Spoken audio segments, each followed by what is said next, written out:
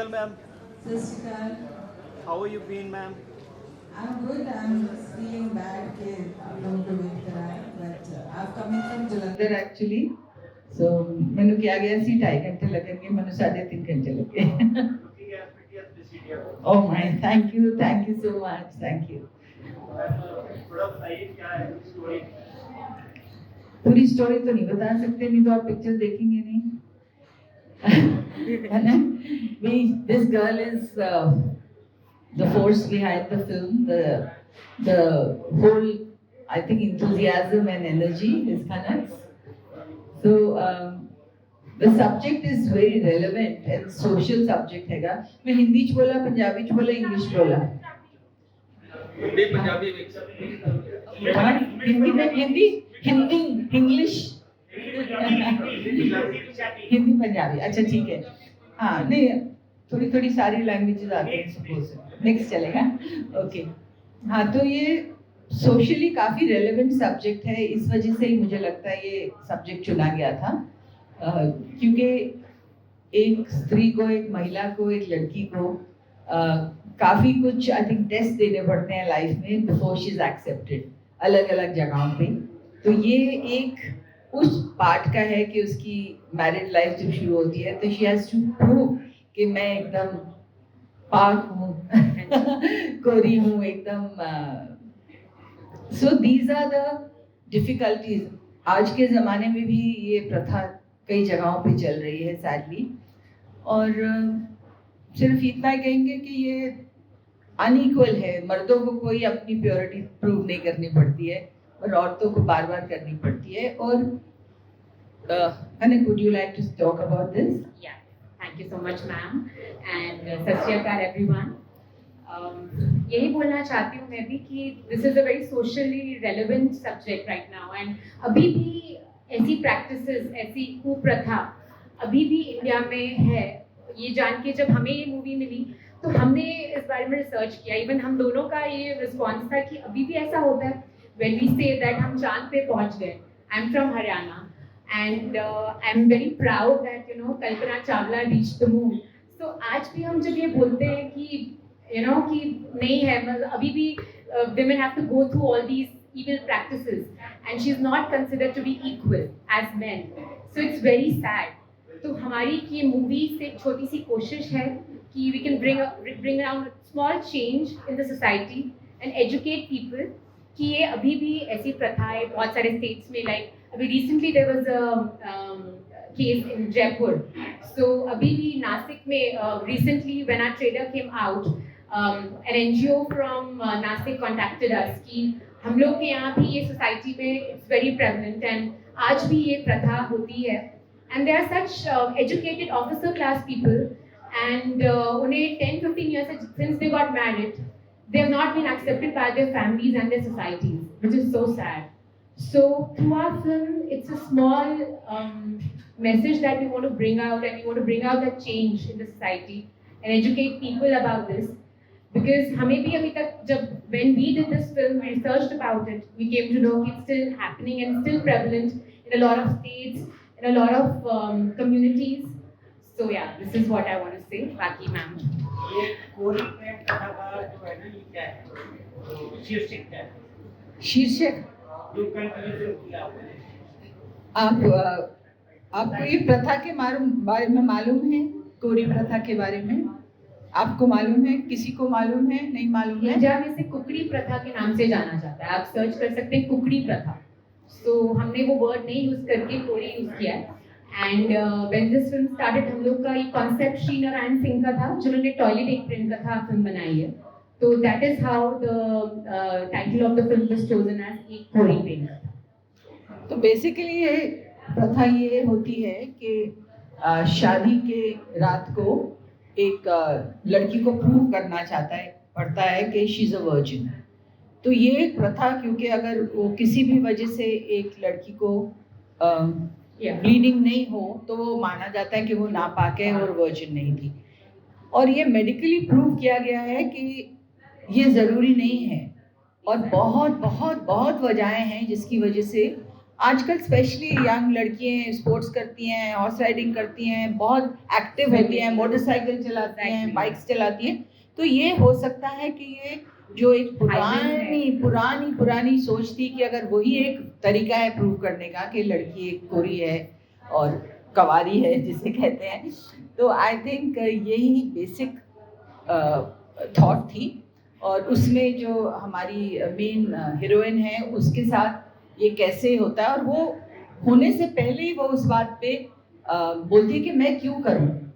तुम अपने होने वाले हस्बैंड को बोलती है तुम्हें क्या प्रूव करना पड़ा कि तुम वर्जिन हो या तुम्हारे साथ तुमने कभी कुछ ऐसा किया नहीं। मैं हूँ या नहीं हूँ की बात नहीं है, पर मेरे को प्रूव क्यों करना पड़े। Exactly, that's the whole point कि क्यों लड़कियों को ही हमेशा एक कसौटी को उतरना पड़ता है, हमेशा हमें क्यों प्रूव करना पड़ेगा कि हम पाक है या लाइक वर्जिन है, व्हाटएवर। बिकॉज हम इस फिल्म के थ्रू यही एजुकेट करना चाहते हैं लोगों को कि जैसे मैम ने बोला, क्योंकि आजकल गर्ल्स स्पोर्ट्स, हॉर्स राइडिंग, हर चीज़ में गर्ल्स आगे हैं और हाइमन ब्रेक होने के और बहुत सारे रीजंस हैं।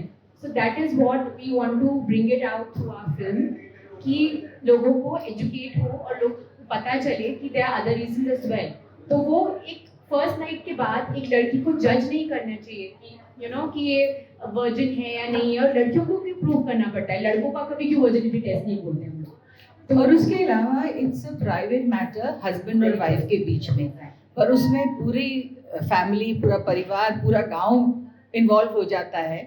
तो ये बात बहुत ही शर्मनाक ही नहीं है, बहुत डरावनी भी है ये बात, क्योंकि उसकी फिर जो पूरी उसकी भुगतान एक लड़की को ही करनी पड़ती है। उसकी पनिशमेंट जो होती है वो सब एक लड़की को ही करनी पड़ती है। सो ये बेसिस है स्टोरी का, उसके ऊपर पूरी ऑफ कोर्स फिल्म की स्टोरी है। मैडम ये प्रथा भारत के किन हिस्सों में है? भारत के किस हिस्से में है ये प्रथा? राजस्थान, महाराष्ट्र, ये सब, हरियाणा में भी कई जगहों पे है, कई कम्युनिटीज में माना जाता है आज भी। बेसिकली ये ज्यादा करके नासिक और राजस्थान के एरियाज में आज भी है। इवन यूपी के कई, हम लोग ने भी शूट यूपी में ही किया है, एंड यूपी के भी बहुत सारे रीजन में ये आज भी प्रेवलेंट है। तो इसीलिए रेलेवेंट भी था कि आज की, इनफैक्ट इवन जेनजी को भी पता होना चाहिए कि ऐसा ऐसा होता है। बिकॉज अगर आप किसी भी यंगस्टर से पूछेंगे तो बोलेंगे what is this crap, we don't believe in all this. So this is relevant because लोगों को पता होना चाहिए कि आज भी ये सब हो रहा है। जब we have like in this century when we talk about other things कि सब कुछ इंडिया इज डेवलपिंग एंड हम लोग हर जगह पहुंच गए हैं, girls are equivalent to men, like they are doing everything. So why is this still present?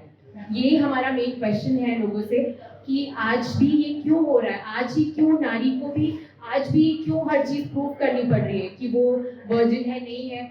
ये बहुत पर्सनल प्राइवेट चीज है और आई डोंट थिंक सोसाइटी में किसी को भी हक है।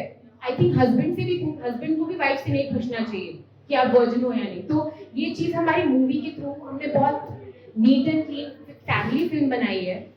आप आराम से अपनी फैमिली के साथ, बच्चों के साथ, पेरेंट्स के साथ बैठ के फिल्म देख सकते हैं। और हमने बहुत वो उसको हाईलाइट नहीं किया है, एक बहुत सिंपल साधारण वे में फिल्म को एक एंटरटेनर बना के लोगों तक लाने की कोशिश की है कि हम इसको नॉर्मलाइज करें। कि ये बात हम हमेशा, जब वी वर्ड आता है तो हम क्यों हिचकिचाते हैं इसके बारे में बात करने के लिए। We want to normalize. ये कितनी स्टेटों में आप एक साथ रिलीज कर? सी अभी तो हमारा OTT पे ना रिलीज करके फिल्म को थिएटर में रिलीज करने का यही रीजन है कि हम ज़्यादा से ज़्यादा स्टेट्स और इंटीरियर्स तक पहुँचे जहाँ पे ये हो रहा है अभी भी। क्योंकि अभी भी बहुत सारे OTT प्लेटफॉर्म्स गांव में और इस सब जगह पे नहीं है।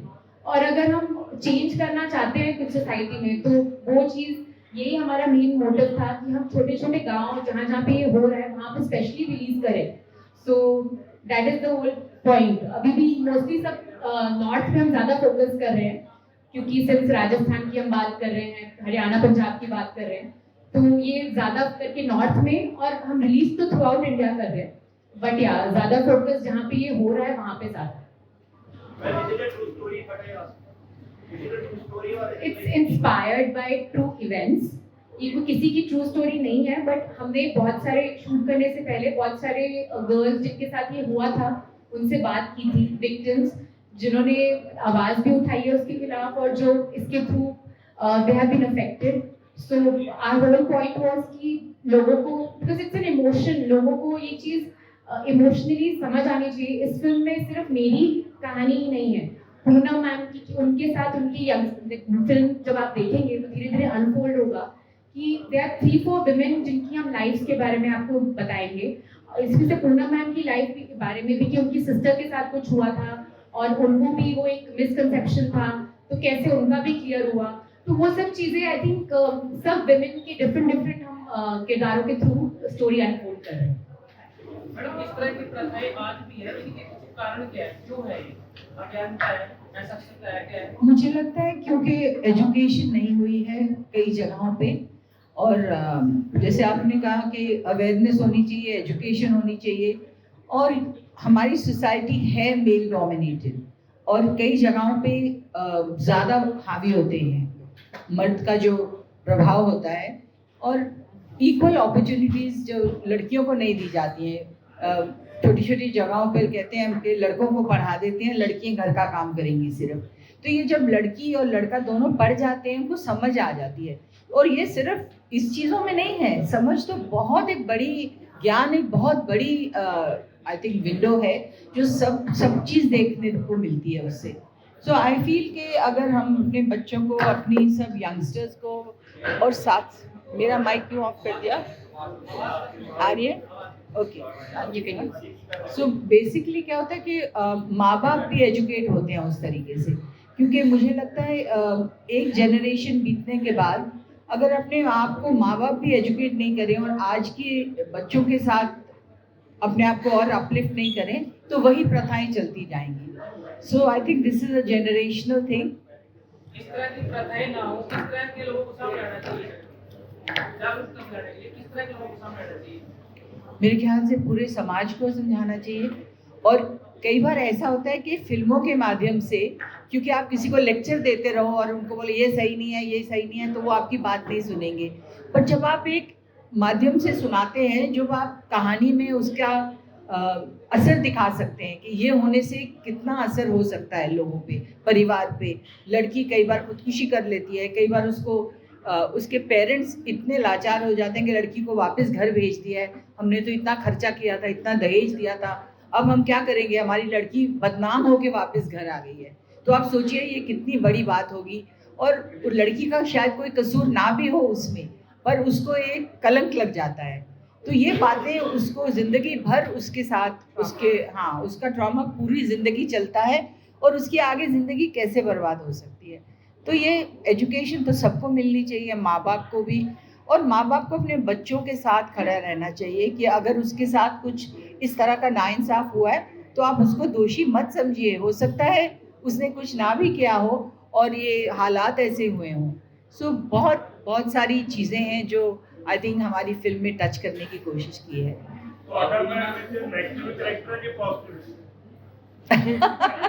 ਤੁਹਾਨੂੰ ਕੀ ਲੱਗਦਾ? ਨਹੀਂ ਸੀ ਕੀ ਹੁੰਦਾ ਹੈ, एवरीबडी जो इग्नोरेंट होता है ज़रूरी नहीं है नेगेटिव होए.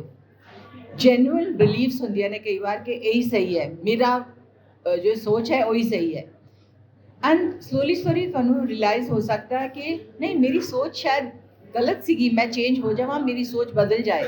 सो आई थिंक मेरा कैरेक्टर इस तरह का है कि एक टाइम पे वो भी बिलीव करती सी सर्टन थिंग्स,